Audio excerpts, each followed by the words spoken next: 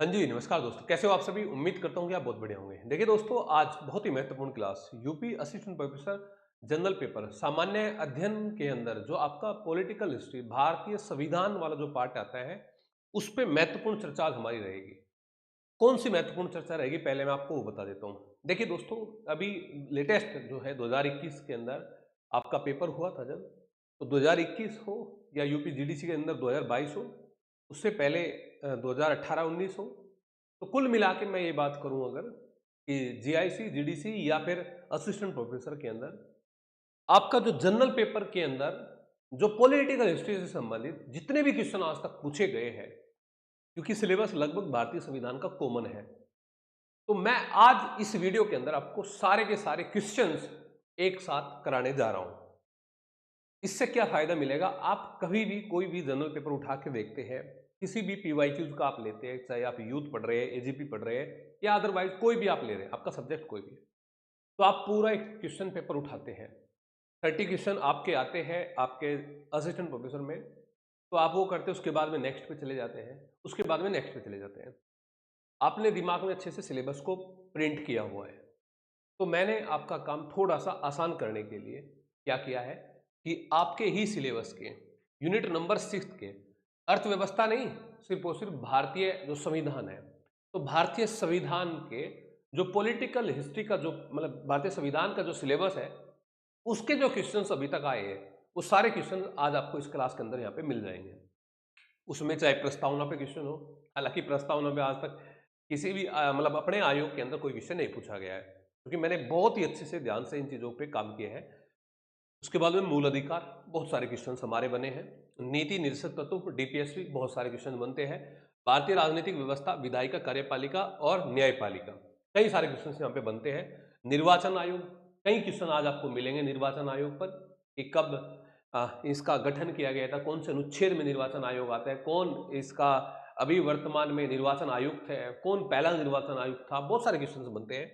लोक सेवा आयोग, कि लोक सेवा आयोग किस अनुच्छेद के अंदर आता है, लोक सेवा आयोग के अध्यक्ष को कैसे हटाया जा सकता है, आर्टिकल्स बहुत ज़्यादा पूछे जाते हैं। तो एक छोटा सा सिलेबस है ना, यानी कि अगर मैं इसको चैप्टर्स के अंदर डिवाइड करूं तो 1, 2, 3, 4, 5, 6, 7, 8, 8 है। और मैं चूंकि बैच स्टार्ट कर चुका हूं आपका सामान्य अध्ययन का, तो सीधी सी बात है ये 8 क्लास के अंदर कंप्लीट है। एक भी फैक्ट आपका नहीं छूटेगा। ये पॉलिटिकल हिस्ट्री है, ठीक है? हर पार्ट, चाहे पॉलिटी हो, चाहे ज्योग्राफी हो, चाहे इकोनॉमिक्स हो, हिस्ट्री तो मेरा खुद का सब्जेक्ट है, चाहे हिस्ट्री हो, चाहे आपका एनवायरनमेंट हो, चाहे आपका टीचिंग रिसर्च हो या आपका इसके अलावा करंट अफेयर हो, सारे आपके ऐसे ही कंप्लीट यहाँ पे होंगे, ठीक है? ये बैच हमने आपकी application learn history by Chauhan पर अपलोड कर दिया है, तो आप वहाँ से बैच को परचेज कर लीजिए जितना जल्दी हो सके। अदरवाइज कोई भी आपकी क्वेरी आती है तो इस नंबर पे आप कॉन्टैक्ट कर लीजिएगा, ठीक है? चलिए मैं शुरू करता हूँ। इसी आप एक चीज़ गौर करना, सिलेबस से बाहर आपको कोई भी क्वेश्चन नहीं मिलेगा। मैंने बताया हूँ, मैं आपको फिर से बता रहा हूँ, क्योंकि 23 में तो कोई एग्ज़ाम नहीं हुआ आयोग के द्वारा, 22 तक जितने भी एग्ज़ाम में पॉलिटिकल हिस्ट्री से संबंधित क्वेश्चन आए, सभी क्वेश्चंस आपके सामने। भारतीय संविधान से संबंधित आयोग द्वारा पूछे गए पर सभी महत्वपूर्ण क्वेश्चन। और एक बात हो रही है, क्योंकि ये सारे क्वेश्चंस हैं, नंबर ऑफ क्वेश्चंस भी ठीक-ठाक है, तो क्वेश्चंस करने हैं तो एक्सप्लेनेशन के अंदर ज़्यादा नहीं जाएँगे, क्योंकि टू द पॉइंट बस आपको ये दिखाना चाहता हूँ कि सिलेबस के अनुसार, सिलेबस पे आप काम करेंगे, तो सिलेबस से बाहर कुछ भी आपका नहीं आएगा। आपको कोई भी सब्जेक्ट है, ये तो जनरल पार्ट है, ये आपके लिए पूछा ही जाता है। इतना समय आपको है नहीं, आप पढ़ रहे हैं केमिस्ट्री, माइक्रोबायोलॉजी, मैथ या इसके अलावा और जो आपके दूसरे सब्जेक्ट हैं, तो इनसे आपका कोई डायरेक्टली कोई संबंध है नहीं, तो आप इसको बहुत ही विस्तार से तो आप नहीं पढ़ सकते, लेकिन टू द पॉइंट आपको काम करना पड़ेगा, और टू द पॉइंट आपने काम कर लिया तो निश्चित तौर पे आपकी जो पिछली बार अगर आप बैठे हैं और आपके 8-10 नंबर बने हैं, तो इस बार वो नंबर्स आपको अपने 25 के आसपास लेके आने हैं। In India which one of the following is a constitution body, कि भारत में निम्नलिखित में से कौन सा एक संवैधानिक निकाय है, इनमें से कौन सी एक कॉन्स्टिट्यूशनल बॉडी है? तो 4 ऑप्शन है आपके पास में। कौन से 4 ऑप्शन है?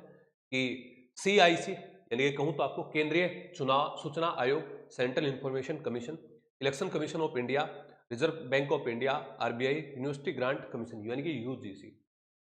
देखो सारे क्वेश्चंस कभी भी, चाहे सब्जेक्ट वाला हो, किसी का पॉलिटी सब्जेक्ट ही क्यों ना हो या अदर सब्जेक्ट वाला हो, भाई एलिमिनेशन मेथड का प्रयोग करना होगा, है ना? यहाँ पे पूछा कॉन्स्टिट्यूशनल बॉडी, तो सीधी सी बात है आरबीआई कॉन्स्टिट्यूशनल बॉडी नहीं है, या यूजीसी भी हमारा कॉन्स्टिट्यूशनल बॉडी नहीं है, या सेंट्रल इंफॉर्मेशन ऑफ कमीशन भी हमारा कॉन्स्टिट्यूशनल बॉडी नहीं है। तो हमारा इसमें कॉन्स्टिट्यूशनल बॉडी कौन सा है? तो आप कहते हैं सीधी सी बात है, भारतीय निर्वाचन आयोग या इलेक्शन कमीशन ऑफ इंडिया क्या है? हमारा एक कॉन्स्टिट्यूशनल बॉडी है। तो आप कहते हैं कि इनका उल्लेख भारतीय जो संविधान है उसके कौन से भाग में किया गया है? तो आप कहते हैं 15वें भाग में किया गया, 15वें भाग में किया गया। आर्टिकल कौन से आर्टिकल में? तो आप कहते हैं कि 324 आर्टिकल में यहाँ पे उल्लेख है। कौन, कहाँ से कहाँ तक है ये हमारे जो निर्वाचन आयोग से संबंधित जो आर्टिकल है? तो आप कहते हैं कि 324 से लेकर 329 तक है ये, 329 तक ये हमारे यहाँ पे दिए गए हैं। तो पहले चुनाव आयुक्त कौन हुए हमारे? तो आप कहते हैं सुकुमार सेन थे पहले चुनाव आयुक्त। अंतिम चुनाव आयुक्त जो अभी वर्तमान में है, क्योंकि जो लेटेस्ट जो चल रहा है, जो भी विभाग जिस पे है, तो वो आपको याद रखना बहुत जरूरी है। तो आप कहते हैं राजीव कुमार है, तो आप क्या कहेंगे कि राजीव कुमार। फिर आते हैं कि ये जो आयोग है भारतीय निर्वाचन आयोग, ये कब हमारा गठित हुआ था? तो आप कहते हैं कि ये जिस समय 26 जनवरी 1950 को हम गणतंत्रात्मक दिवस मनाते हैं, तो एक दिन पहले यानी कि 25 जनवरी 1950 को इसका आयोग का गठन यहाँ पे किया गया था। कब? 25 जनवरी 1950 में। तो आगे क्वेश्चन आएंगे, आगे आप चीजों को पढ़ते जाना, ठीक है। तो इसका आंसर क्या है आपका? तो इसका आंसर है आपका B, election commission of India. Next question है आपका कि to value and preserve the rich heritage of our composite cultures is a part of which part of the constitution of the body. ध्यान से देखना है ना कि हमारी सामाजिक संस्कृति की गौरवशाली परंपरा का महत्व समझना और उसका परिरक्षण करना भारत के संविधान के किस भाग का एक हिस्सा है? तो आप देखिए कि भारतीय संविधान में कितने भाग है? तो आप कहते हैं 22 भाग है। कितने भाग है? 22 भाग है। जब संविधान हमारा बन के तैयार हुआ था, कितने अनुच्छेद थे हमारे? तो जनरल आप कहते हैं कि जी 395 थे। आप कहते हैं अब तो ये 440 का, हाँ उसके भाग उसमें हमें उनके अंदर हमने इसको तोड़ा है। तो आप कहते हैं कि ये वैल्यूज की बात कहाँ पे की जाती है?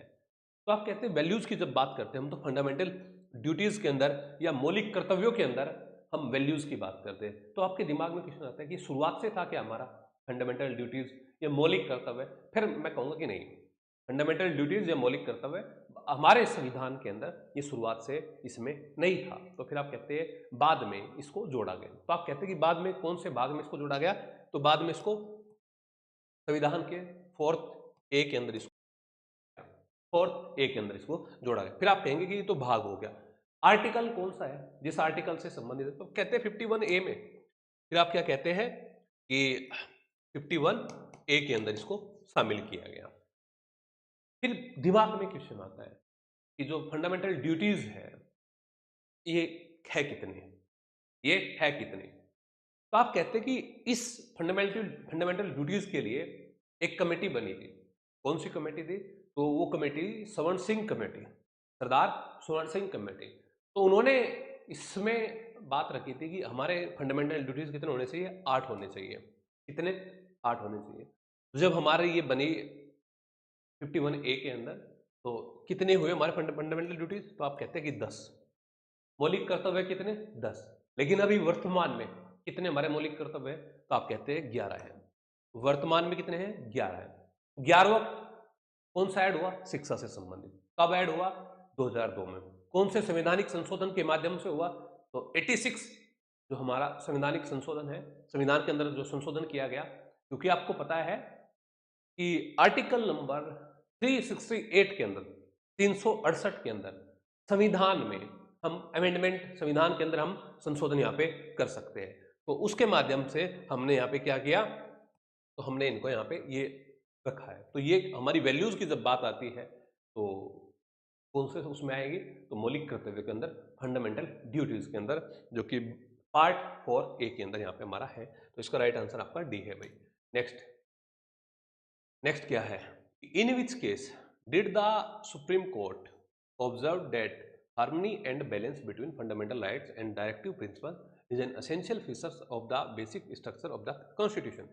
किस वाद में सर्वोच्च न्यायालय ने संप्रेषित किया कि मूल अधिकारों तथा नीति निषेध तत्वों के बीच सामंजस्य और संतुलन संविधान के आधारभूत ढांचे का एक आवश्यक लक्षण है? देखिए, अगर आपको कई बार हिंदी नहीं समझ में आती है एग्जाम में, तो आप इंग्लिश की तरफ जरूर रुक के रहिएगा। कुछ शब्द है ऐसे, जैसे कि ये शब्द आ गया संप्रेषित, क्या मतलब है इसका? तो आप इंग्लिश वर्ड जरूर आप यहाँ पे देखिएगा। तो आप यहाँ पे बात की गई है किसकी, फंडामेंटल राइट्स की, यानी कि कहूँ तो मौलिक अधिकार की। मौलिक अधिकार कहाँ से कहाँ तक है, तो आप कहते हैं मौलिक अधिकार है हमारे 12 से लेकर 35 तक, 12 से लेकर 35 तक। तो ये कौन से पार्ट के अंदर आते हैं, तो आप कहते हैं पार्ट 3 के अंदर है। फिर बात आई दूसरी कि डीपीएसपी की, नीति निर्देशक तत्व की। तो नीति निर्देशक तत्व जो हमारे हैं ये कौन से पार्ट में है, तो आप कहते हैं फोर्थ में है। ये कौन से पार्ट में है, ये फोर्थ में है। आप कहेंगे फोर्थ में तो अभी फंडामेंटल ड्यूटीज बताई, वो फोर्थ ए का भाग है, वो फोर्थ ए में है।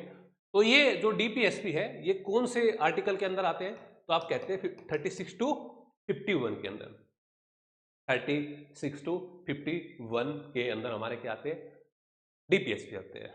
तो क्या ये वाद योग्य है, इन पे वाद किया जाता है, नहीं, ये वाद योग्य हमारे नहीं है। हम इंडिविजुअल चूंकि अगर सारी बात यहीं पे करेंगे तो फिर ये 7-8 क्लासेस बहुत ही महत्वपूर्ण इन्हीं पूरे सिलेबस पे आपकी यहाँ पे होने वाली है। पॉलिटी के अंदर एक भी क्वेश्चन नहीं बचेगा, हर एग्जाम में लगभग 4 से 5 क्वेश्चन पॉलिटी पे हमारे बनते हैं। ये एक ऐसा पार्ट है पूरे में से पूरे आप यहाँ पे ला सकते हैं। तो यहाँ पे बात आई कि कौन सी कमेटी, यहाँ पे कौन सी कमेटी के अंदर ये बातें यहाँ पे रखी गई, तो आप कहते हैं मिनर्वा मिल्स और versus United union of India, Minerva mills versus United union of India. तो आप कहेंगे कि ये बात कब की है, तो मैं कहूंगा ये बात है 1980 की, 1980 की ये बात है हमारी, है ना। देखिए कुछ जो मुकदमे हमारे, चाहे वो गोलकनाथ हो, चाहे वो हमारा केशवानंद भारती हो, है ना, तो उनको हमें इंपॉर्टेंट जो हमारे बात है उनको हमें थोड़ा याद रखना पड़ेगा, ठीक है। तो फंडामेंटल ड्यूटीज और डीपीएसपी के अंदर यहाँ पे बात की गई है हमारी, ना। नेक्स्ट, कि निम्नलिखित में से सरकारी आयोग का एक सदस्य था, निम्नलिखित में से सरकारी आयोग का एक सदस्य था। अब पहले ध्यान से क्वेश्चन को देखिए कि who among the following was a member of Sarkaria commission. आप कहेंगे सरकारीय कमीशन क्या, कब इसका गठन हुआ, तो कहते हैं कि 1983 में, 1983 में।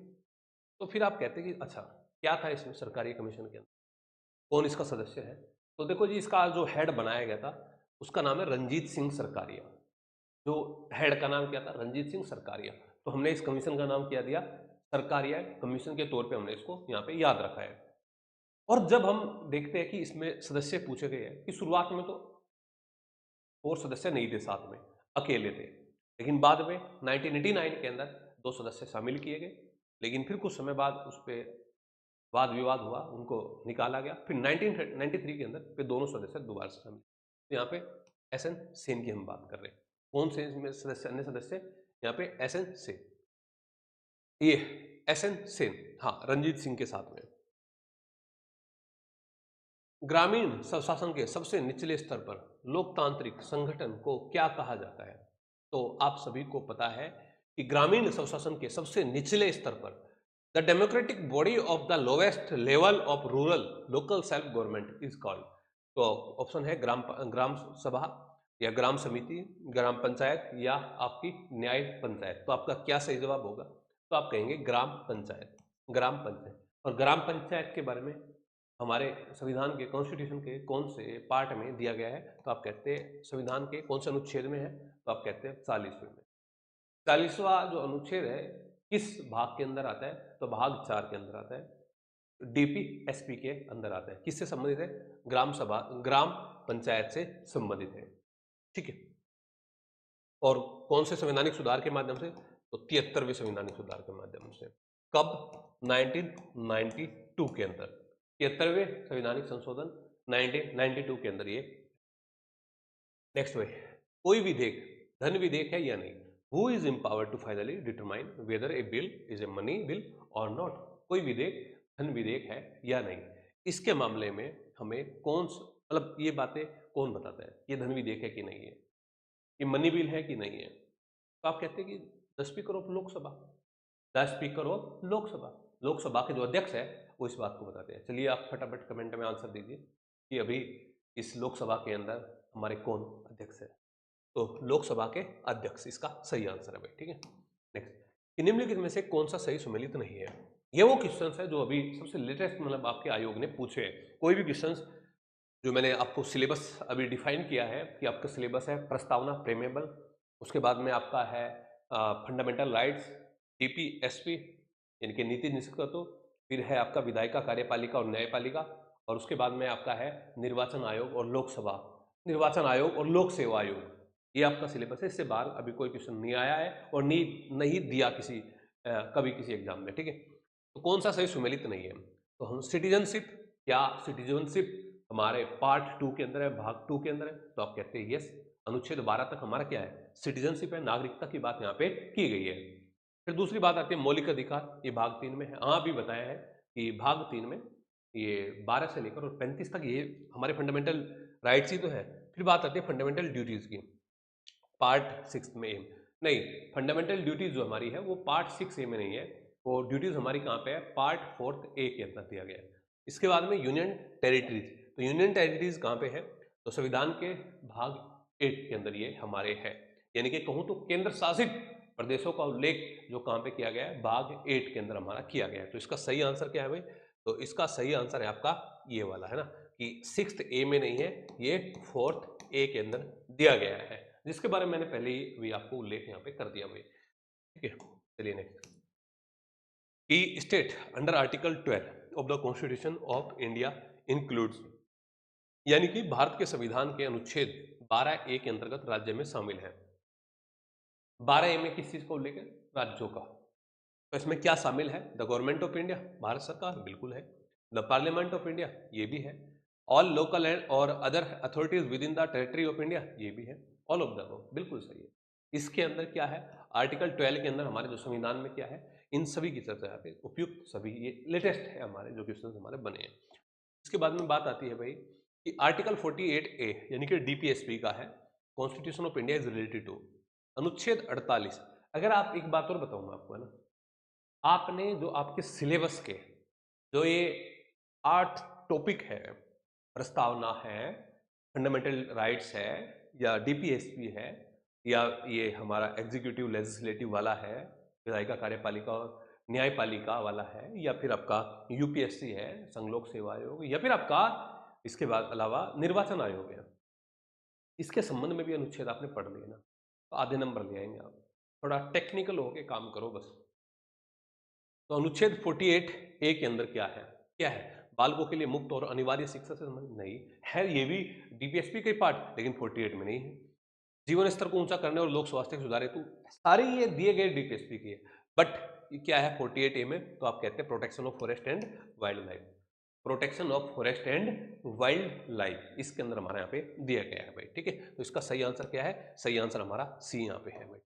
नेक्स्ट, कि under which of the following articles of the constitution annual budget is presented, annual budget is presented, यानी कि ये कह रहे हैं कि किस अनुच्छेद के अंतर्गत वार्षिक बजट प्रस्तुत किया जाता है। तो बजट का उल्लेख वैसे आपका किस में है, तो आप कहते हैं 109 और 110 आर्टिकल आप पढ़ते हैं, लेकिन यहाँ पे किसकी बात है, वार्षिक बजट प्रस्तुत करने की बात है, तो आर्टिकल नंबर 112 के, आर्टिकल नंबर 112 के अंदर इसका आंसर आएगा, ठीक है भाई। एक्स पोस्ट फैक्टो, यहाँ पे याद रखना है, एक ये है एक्स पोस्ट फैक्टो, ये हमेशा मैंने कई सारे एग्जाम्स के अंदर ये इसको देखा है, यानी कि हिंदी में कहूँ तो कार्योत्तर कानूनों से संरक्षण का प्रावधान किस आर्टिकल के अंदर किया गया है। तो ये जो हमारे राइट्स है ना, फंडामेंटल राइट्स 12 से 35, इनको बहुत ही ध्यान से पढ़ने की आवश्यकता है। एक एक फंडामेंटल राइट के अंदर बहुत डीप बातें हैं, यहीं से हमेशा क्वेश्चन बनता है।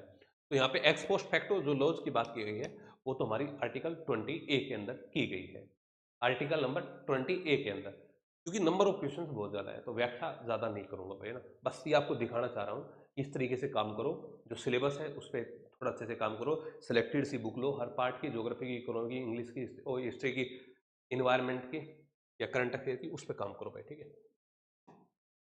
नेक्स्ट, भारत में अब तक कितनी बार वित्तीय आपातकाल घोषित किया गया है, जो इमरजेंसी आई है, फाइनेंशियल इमरजेंसी हमारी जो यहाँ पे आई है, तो कितनी बार, तो आप कहते हैं जी देखो बात ऐसी है, ये वित्तीय आपातकाल तक तो आज तक एक बार भी नहीं आया। हाँ, जो है हमारे इमरजेंसी लगी है 1975 में लगी है, या इसके अलावा राज्यों के अंदर कई बार राष्ट्रपति शासन हमारा ये लगा है, तो हम कहते हैं कि 3 आर्टिकल हम पढ़ते हैं ना, 352, 356, 360, ये इन्हीं से संबंधित है। ये किससे संबंधित आर्टिकल, ये आपातकाल से संबंधित ही है, ठीक है। तो आप कहेंगे कितनी बार हमारे यहाँ पे फाइनेंशियल जो है हमारी इमरजेंसीज आई है, तो कहेंगे आप एक बार भी नहीं। तो इसका सही आंसर क्या है? तो इसका सही आंसर आपका डी है। डी आपका सही आंसर है। नेक्स्ट, कि संविधान के किस भाग में निर्वाचन से संबंधित प्रावधान समाविष्ट किए गए? देखो पहला क्वेश्चन क्या था आपका, तो पहला क्वेश्चन भी आपका था कि क्या निर्वाचन आयोग एक संवैधानिक संस्था है, कॉन्स्टिट्यूशनल बॉडी है? तो आपने कहा कि हाँ कॉन्स्टिट्यूशनल बॉडी है। यहाँ पे क्या है कि जो निर्वाचन आयोग है वो हमारे किस भाग में उसको हमने रखा है, किस भाग में उसको पिरोया है? तो आप कहते हैं कि भाग 15 में ना, मैंने कहा था भाग 15, और भाग 15 यानी कि 324 से हमारा शुरू होता है 29 तक, ये आर्टिकल नंबर ये हमारे जाता है। तो ये आपका क्या हो गया, निर्वाचन आयोग का संबंध किससे है?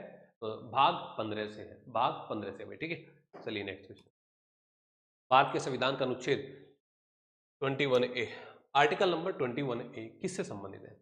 तो आप कहेंगे आर्टिकल नंबर 21A का जो संबंध है बताइए, माइनॉरिटीज से? तो आप कहेंगे नहीं, माइनॉरिटीज वाला तो बाद में है, 29 30 वाला माइनॉरिटीज वाला है। Right of life and personal liberty से, या फिर राइट अगेंस्ट एक्सप्लॉइटेशन से, शोषण के विरुद्ध, राइट टू एजुकेशन से, राइट टू एजुकेशन से। तो आप कहेंगे 21A का जो संबंध है वो हमारा राइट टू एजुकेशन है। देखो राइट टू एजुकेशन, शिक्षा का अधिकार, ये 21A में भी है, और ये कमेंट में बताइए कि किस डीपीएसपी के अंदर शिक्षा की बात वहां पे हमारी की गई है। नेक्स्ट, कि which one of the following is not correctly match, कौन सा इसमें सही मैच नहीं है? ये आर्टिकल 32 इलेक्शन ऑफ प्रेसिडेंट, चुनाव राष्ट्रपति जी के लिए, आर्टिकल 151 फंडामेंटल ड्यूटीज यानी कि कर्तव्य हमारे हैं, article 154 executive powers of state यानी कि राज्य की कार्यपालिका शक्तियों के बारे में, या फिर article 165 advocate general of the state 165 के अंदर। तो आप क्या कहेंगे यहाँ पे? आप यहाँ पे कहेंगे क्या? तो आप यहाँ पे एक बात कहेंगे कि देखो जी, जो आर्टिकल 52 है ना, ये चुनाव की बात नहीं करता, चुनाव की बात 55 वाले करते हैं। तो ये कहता है कि हाँ हमारे देश में राष्ट्रपति होंगे, राष्ट्रपति होंगे, उसके संबंध में आर्टिकल 52 हमारा, ना कि भारत, ना कि चुनाव के संबंध में।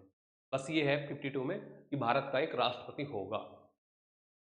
तो इसका सही आंसर क्या है? ए इसका सही आंसर है। नेक्स्ट, ध्यान से देखो भाई, कि मौलिक अधिकारों के संदर्भ में है, फंडामेंटल राइट्स के संदर्भ में है, क्या है कि आर्टिकल 19(1) के जी में है ना। देखो आर्टिकल 19 में कई सारी चीजें आती है, कई सारी बातें आती है, 5-6 बातें आपको ध्यान रखनी है। क्या है कि संविधान का अनुच्छेद 19(1) का जी भारत के सभी नागरिकों को किसी भी पेशा या व्यवसाय करने के अधिकार को सुरक्षित करता है। अब आपने पढ़ा कि हाँ ये ऐसी कुछ बात है 19 में, लेकिन याद रखना है जी में कौन सी, एफ में कौन सी, ए में कौन सी, बी में कौन सी, सी में कौन सी है, इस बात का ध्यान रखना है। तो ये बात सही है कि ये किसी सभी नागरिकों को कोई भी अपना बिजनेस, कोई भी पेशा अपनाने की छूट है यहाँ पे। दूसरा है कि संविधान के अनुच्छेद 1G के अंतर्गत मादक द्रव्यों के व्यवसाय करने का कोई मौलिक अधिकार नहीं है। ये मादक द्रव्यों के व्यवसाय करने का मौलिक अधिकार नहीं, दोनों बातें यहाँ पे सही है। तो इसका आंसर क्या है? 1 और 2 इसका यहाँ पे सही है भाई, ठीक है। कौन सा गलत है, कौन सा सही सुमेलित नहीं है इसका? देखो ज्यादातर जनरल क्वेश्चन हमारे हैं कि राइट टू इक्वेलिटी, समानता की बात यहाँ पे कहाँ पे बोली गई है? तो समानता की बात यहाँ पे बोली गई है 1418 के अंदर, 14 से 18 के अंदर। तो आप कहेंगे तो फंडामेंटल राइट्स, हाँ फंडामेंटल राइट्स में ही यहाँ पे इक्वेलिटी की बात यहाँ पे की गई है। कौन से आर्टिकल में? 14 to 18 के अंदर। फिर बात आती है right against exploitation, right against exploitation, तो ये कहेंगे नहीं, एक्सप्लॉइटेशन शोषण के विरुद्ध अधिकार, ये गलत है। तो शोषण के विरुद्ध अधिकार कौन से में है? तो आप कहेंगे 23 और 24 वाला है। 23 और 24 जो है किसके अधिकार खिलाफ है? शोषण के विरुद्ध, right to against exploitation. Right to religious freedom, article 25 से 28 तक, ये धार्मिक स्वतंत्रता के मामले में है। और ये आपका है राइट टू कल्चरल और एजुकेशन फ्रीडम 19-30, ये मैंने कहा था माइनॉरिटीज वाला भी है, एक बार आया था एग्जाम में, एक बार के कई बार ये वैसे भी आया डायरेक्ट है ना, अल्पसंख्यक उसके मामले में क्वेश्चन है ना। तो इसका सही क्या है? 23 और 24 हमारा है राइट अगेंस्ट एक्सप्लॉइटेशन। नेक्स्ट, इनमें से कौन सा सही सुमेलित नहीं है? थोड़ा सा काम यहाँ पे आपको दूंगा मैं होमवर्क, और वो होमवर्क आपने यहाँ पे करना है। क्या करना है कि देखो यहाँ पे कुछ स्टेट दिए गए हैं, यहाँ पे उनकी जो राज्यसभा जो सीट है वो हमारी यहाँ पे दी गई है। जैसे कि आसाम के अंदर कितनी राज्यसभा सीट है, छत्तीसगढ़ के अंदर कितनी है, हिमाचल के अंदर कितनी है, उत्तर प्रदेश के अंदर कितनी राज्यसभा सीट है, ठीक है। तो आपका इसका जो सही आंसर है, उत्तर प्रदेश में तो 31 ही है, क्योंकि हम उत्तर प्रदेश वासी हैं, तो आपको उत्तर प्रदेश की विधानसभा, उत्तर प्रदेश की विधान परिषद, उत्तर प्रदेश की लोकसभा और उत्तर प्रदेश की राज्यसभा, चारों सीटों का आपको अच्छे से पता होना चाहिए। हिमाचल प्रदेश के अंदर 3, छत्तीसगढ़ के अंदर 5, असम के अंदर देखो कितना छोटा सा एक वो दिया है यहाँ पे, बहुत ही बारीकी आंसर है। तो हिमाचल उसके असम के अंदर कितनी है? 7 है। तो आपको सभी स्टेट में जिसकी जितनी राज्यसभा है वो याद रखनी, जिसकी जितनी लोकसभा है वो याद रखनी, जो वर्तमान में सीएम है, गवर्नर्स है, वो याद रखने, ये बेसिक है ना। कभी आप इनसे भागे, इनसे नहीं भागना भाई, ठीक है। और एक एक नंबर से ही आपका मेरिट में नाम आएगा भाई, इस बात का भी ध्यान रखना है कि which one of the following article of directive principle of state policy direct the state to ensure participation of workers to management of industries. अच्छा, ये उद्योगों के संबंध में है, उद्योगों के प्रबंधन में कामगारों की सहभागिता। तो उद्योगों के संबंध में कामगारों की सहभागिता, तो आर्टिकल नंबर 43A में इसकी चर्चा की गई है। उद्योग, तो आपने इनको है ना कुछ इस प्रकार से याद रखना है, शॉर्ट से कुछ शब्द जो है उससे आपने चीजों को याद रखना है कि भाई 43A में ये है, 44 में ये है, यूनिफॉर्म सिविल कोड पूछ लिया या 45 में क्या है, 46 में क्या है, ऐसे एक एक याद रखना है। उत्तर प्रदेश में जो हमारा विधान परिषद वित्त विधेयक को कितने दिन निलंबित है कर सकती है, वो long legislative council in Uttar Pradesh can detain A finance bill, तो आप कहते हैं 14 दिन तक। तो आप क्या कहते हैं? 14 दिनों तक, 14 दिनों तक, ठीक है भाई। चलिए नेक्स्ट क्वेश्चन कि भारतीय संविधान के किस अनुच्छेद के तहत उत्तर प्रदेश में महाधिवक्ता की नियुक्ति की जाती है?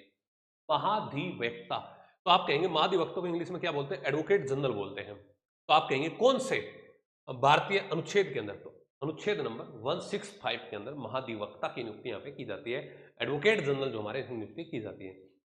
जो ये मैं यहाँ पे वन लाइनर आपको बता रहा हूँ ना, आपको इनकी खाल निकालनी है भाई। हर एक क्वेश्चन पे कम से कम भी 10 मिनट ले सकता है हर एक क्वेश्चन, पूरा यहाँ पे एडवोकेट जनरल के बारे में आपको जानना बनता है। यहाँ पे 165, 66 सारे अनुच्छेद आपको पता होने चाहिए। तो मतलब है कि इस तरीके से आप चीजों को पढ़ेंगे। और ये बता रहा हूँ एग्जाम में अभी आपके पास में 2 महीने का समय है, पूरे आज से 2 महीने का समय है। तो कम से कम है कि आपको 1 हफ्ता पॉलिटी को देना पड़ेगा और 1 हफ्ते में पॉलिटी आप अच्छे से कर लेंगे, ये बात पक्की है। तो इसका क्या आंसर है? इसका आंसर है अनुच्छेद नंबर 165। यहाँ पे हमारे एडवोकेट जनरल की बात यहाँ पे की गई है। नेक्स्ट है fundamental duties have been added in the constitution by 42 amendments act 1976 accordance with the recommendation of, यानी कि वो बात जो मैंने शुरू में कही कि हमारे जो मूल जो संविधान है, कॉन्स्टिट्यूशन है, उसमें फंडामेंटल राइट्स और फंडामेंटल ड्यूटीज नहीं थी, बाद में जोड़ा गया। आप कहेंगे बाद में कब जोड़ा गया? तो 42 अमेंडमेंट्स हुआ था। कब हुआ था? 1976 में हुआ था। किसकी कमेटी की सिफारिश के बाद? तो आप कहते हैं सरदार स्वर्ण सिंह कमेटी की के बाद में इसको जोड़ा गया था। तो सीधा पूछा जाए कि डॉक्टर सरदार स्वर्ण सिंह समिति का संबंध किससे है? तो आप कहेंगे कि फंडामेंटल ड्यूटीज से है। कि निम्नलिखित अनुच्छेदों में से कौन सा जीवन और व्यक्तिगत स्वतंत्रता के संरक्षण से संबंधित है? यानी कि बात यहां पे की गई है protection of life and liberty की, protection of life and liberty की। तो आप कहते हैं अनुच्छेद नंबर 21 लाइफ एंड लिबर्टी, ठीक है। और 21A अभी मैं बता के आया हूं पहले आपको, है ना, शिक्षा से संबंधित वाला। कौन सा निर्वाचन आयोग से संबंधित है? सबसे पहले क्वेश्चन में मैंने बताया कि देखो भाग 15 में है, संवैधानिक संस्था है, 324 से शुरू होता है। तो निर्वाचन आयोग का प्रावधान 324 में है, 24 से 29 तक ये हमारा यहाँ पे रहता है। राष्ट्रपति पद के नामांकन के लिए प्रस्तावक और अनुमोदक यानी कि प्रपोजर्स और सेकेंडर्स, इनकी जो संख्या है वो कितनी है? तो आप कहते हैं 50-50 होती है। जो प्रस्तावक है, जो अनुमोदक है, जो हमारे अनुमोदक है, इनकी संख्या कितनी कितनी होती है? 50 और 50 हमारी यहाँ पे होती है भाई, ठीक है। पंचायती राज जो सिस्टम है हमारा, उसके शिल्पी किसको कहा जाता है? तो मेहता साहब सब जानते हैं पंचायती राज के शिल्पी को। कौन है पंचायती राज के शिल्पी? तो BR मेहता हमारे क्या थे? पंचायती राज के शिल्पी के तौर पे आप इनको यहाँ पे जानते हैं। भारत में निम्नलिखित में किसके पास विदेश संधियों पर बातचीत करने की शक्ति है? तो राष्ट्रपति साहब के पास, राष्ट्रपति जी के पास में है, महामहिम के पास में है क्या? विदेश संधियों पर बातचीत करने की पावर, राष्ट्रपति। तो राष्ट्रपति के अंदर जो भी आर्टिकल बनते हैं, प्रधानमंत्री से संबंधित जो भी आर्टिकल बनते हैं, संसद में जो भी आर्टिकल बनते हैं, सारे आर्टिकल आपको यहाँ पे याद रखने हैं। क्योंकि विधायिका, कार्यपालिका, न्यायपालिका में सब यही पढ़ेंगे भाई, है ना। वहां पे आप न्यायालय को भी पढ़ना पड़ेगा, वहां पे आपको संसद को भी पढ़ना पड़ेगा, वहां पे आपको PM CM को भी पढ़ना पड़ेगा भाई, ठीक है। भारत की संविधान सभा का परामर्शदाता कौन था? भारत की संविधान सभा का परामर्शदाता कौन था? तो आप कहते हैं बी एन राव साहब। बी एन राव साहब भारत की संविधान सभा के परामर्शदाता हमारे यहाँ पे थे भाई, ठीक है। नेक्स्ट, नागरिकता संशोधन विधेयक 2019 को संसद ने किस तिथि को पारित किया? देखो, ये इस क्वेश्चन के अंदर क्या बात छिपी हुई है, इसका आंसर मैं बता देता हूँ। 11 दिसंबर 2019 को, 11 दिसंबर 2019 को। और ये क्वेश्चन पेपर हमारा 2020 में पूछा गया था, 2021 में। तो सीधी सी बात क्या थी कि जो हमारे नए कुछ परिवर्तन अगर हुए हैं, कोई अमेंडमेंट हुआ है, कोई ऐड हुआ है चीजें, उसको जरूर याद रखना है। तो ये डेट पूछ ली गई। तो ये जो लेटेस्ट जो हमारी डेट है, ऐसा नहीं कि देखो सारे ऑप्शन यहाँ पे 2019 के 8, 9, 10, 11 कितना बारीकी है, तो थोड़ा ध्यान रखना है भाई इस चीज का। कि विशेषाधिकार समिति में कितने सदस्य होते हैं? तो आप कहते हैं विशेषाधिकार समिति में तो 15 होते हैं। 15 जो प्रिविलेज कमेटी हमारी है उसमें कितने सदस्य हैं? 15 हमारे हैं। इसके बाद में राष्ट्रपति को एक होता है ना कि राष्ट्रपति सजा को माफ कर सकते हैं, तो ये अधिकार कौन सा आर्टिकल में? तो आर्टिकल नंबर 72 के अंदर है भाई। इस भाग में संघ राज्य यानी कि कौन सा भाग है जो यूनियन और स्टेट की बात करता है? तो यूनियन और स्टेट की बात करने वाला जो भाग है हमारा है, ऐसे ही जैसे आप याद रखते हैं कि 3 में फंडामेंटल राइट्स, 4 में डीपीएसपी, 5 में ये, 6 में ये, 7 में ये, है ना। इसी प्रकार से भाग 11th के अंदर हमारा क्या है? तो भाग 11 के अंदर यूनियन और स्टेट की बात यहाँ पे हमारी की गई है। उपराष्ट्रपति जो हमारे वाइस प्रेसिडेंट साहब है, धनखड़ साहब जो है ना, ये किसके सभापति होते हैं? आप कहते हैं राज्यसभा के पदेन सभापति होते हैं। राज्यसभा के पदेन सभापति हमारे होते हैं। भारतीय संविधान में 11वीं अनुसूची में कुल कितने विषय? ये थोड़ा सा मिसपेल्ट है यहाँ पे। How many subject are there in the 11th schedule of the Indian constitution? तो आप कहते हैं कि भारतीय संविधान में इसमें हमारे कितने विषय हैं? तो 29 सब्जेक्ट यहाँ पे हमारे हैं, 29 सब्जेक्ट। तो आपको 12 की 12 अनुसूचियां याद रखनी है, 22 के 22 भाग आपको याद रखने हैं, 395 अनुच्छेद नहीं याद रखने हैं, लेकिन इंपॉर्टेंट तो रखने पड़ेंगे, ठीक है। तो फंडामेंटल राइट्स कहाँ से लिए? तो आप कहते हैं जी ये राइट्स तो हमने अमेरिका से लिए, यूएसए के संविधान से लिए, क्योंकि हमने कहीं ना कहीं किसी न किसी देश के संविधान से कुछ ना कुछ लिया ही है। डीपीएसपी की बात करूँ तो आयरलैंड से लिया है। भारत का राष्ट्रपति चुना जाता है संसद और राज्य विधानसभाओं के सदस्यों के द्वारा। संसद और राज्य विधानसभा के सदस्यों के द्वारा। कौन सा अनुच्छेद राज्य सरकार को ग्राम पंचायतों का गठन करने के लिए निर्देशित करता है? तो अनुच्छेद नंबर 40 जो मैंने बताया है, भाग 4 के अंदर डीपीएसपी के अंदर आता है। 73वें संविधान संशोधन 1992 में शामिल किया गया। अनुच्छेद 40 मौलिक कर्तव्यों को शामिल किया गया है। तो सरदार स्वर्ण सिंह समिति की सिफारिश में, तो ये बार बार रिपीट हुआ है तो मैंने भी बार बार रख दिया, ये 3-4 बार रिपीट हो गया है ये क्वेश्चन है। नेक्स्ट है कि भारतीय संविधान के किस अनुच्छेद के अंतर्गत संघ लोक सेवा आयोग के अध्यक्ष एवं सदस्यों को उनके पद से हटाया जा सकता है? उनके पद से हटाया जा सकता है। तो आप कहते हैं तो भारतीय संविधान के किस संघ लोक सेवा आयोग के अध्यक्ष, मैंने कहा ना यूपीएससी संघ लोक सेवा आयोग कहां से शुरू होता है? तो अनुच्छेद 315 से शुरू होता है। लेकिन यहाँ तो उनके सदस्यों को पद से हटाने की बात है, तो पद से जब हटाने की बात आती है तो अनुच्छेद नंबर 317 इसका सही आंसर आएगा। अनुच्छेद 317 317। भारत के राष्ट्रपति किसके अपना त्याग पत्र दे सकते हैं? किसको अपना त्याग पत्र दे सकते हैं? तो उपराष्ट्रपति को देंगे और लोकसभा के अध्यक्ष को इसकी सूचना देंगे। लोकसभा के अध्यक्ष को इसकी सूचना देंगे और अपना त्याग पत्र किसको देंगे? उपराष्ट्रपति साहब को देंगे। भारतीय संविधान में निम्नलिखित में से किस कर्तव्य को मौलिक कर्तव्य के रूप में निर्धारित किया गया? कौन से हमारे जो मौलिक कर्तव्य है, जो मैंने कहा कि 11 दिन की अभी संख्या है, तो कहते हैं कि देश की रक्षा करना, yes, to defend the country, ये हमारा कर्तव्य है कि हम अपने देश की रक्षा करें।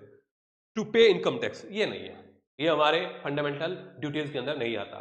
To pay income tax, to preserve the rich heritage of our composite culture, हमारी सामाजिक संस्कृति को गौरवशाली परंपरा का परिरक्षण करना, ये हमारा मौलिक कर्तव्य है। सार्वजनिक संपत्ति की सुरक्षा करना, ये हमारा मौलिक कर्तव्य है। तो 1 3 4 1 3 4 1 3 4, तो इसका आंसर क्या है? डी, इसका यहाँ पे आंसर आपका बन रहा है भाई, ठीक है।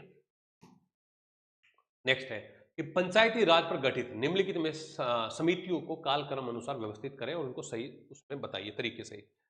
तो आप बताओ कि मेहता समिति, अशोक मेहता, ये बी आर मेहता समिति, अशोक मेहता समिति, सिंघवी समिति या राव समिति कब कब हमारी बनी थी? तो मैं आंसर बताऊंगा, बट आप मुझे ये भी कमेंट में लिखेंगे कि सिंघवी समिति कब आई थी, अशोक मेहता समिति कब आई थी। तो सबसे पहले बी आर मेहता, फिर अशोक मेहता, फिर आपका राव समिति और फिर आपका सिंघवी समिति। तो इसका आंसर यहाँ पे सी आपका रखा है। भारतीय संविधान का कौन सा भाग केंद्र और राज्यों के मध्य वित्तीय संबंध, देखो देखो यहाँ पे उलझा सकते हैं। जब बात आई थी यूनियन और स्टेट की, बात आई थी केंद्र और राज्य की, तो आपने कहा था कि भाग 11th के अंदर है, पार्ट 11th में, लेकिन यहाँ पे वित्तीय संबंधों का वितरण की बात की गई है।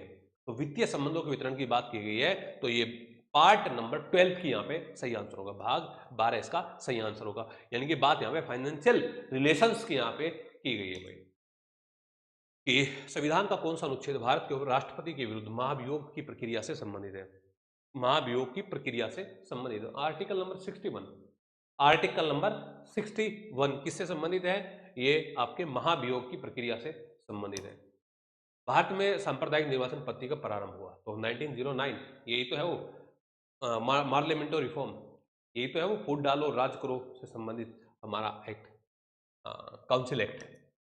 भारतीय संसद के दोनों सदनों का संयुक्त अधिवेशन कौन बुला सकता है? किसमें है वो ताकत? आप कहते हैं कि राष्ट्रपति साहब बुला सकते हैं, राष्ट्रपति साहब यहाँ पे बुला सकते हैं।